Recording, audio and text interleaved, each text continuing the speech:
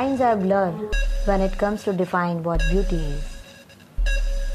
Because everything has beauty, but not everyone sees it. It's not supposed to always look pretty, but it's meant to make you feel something.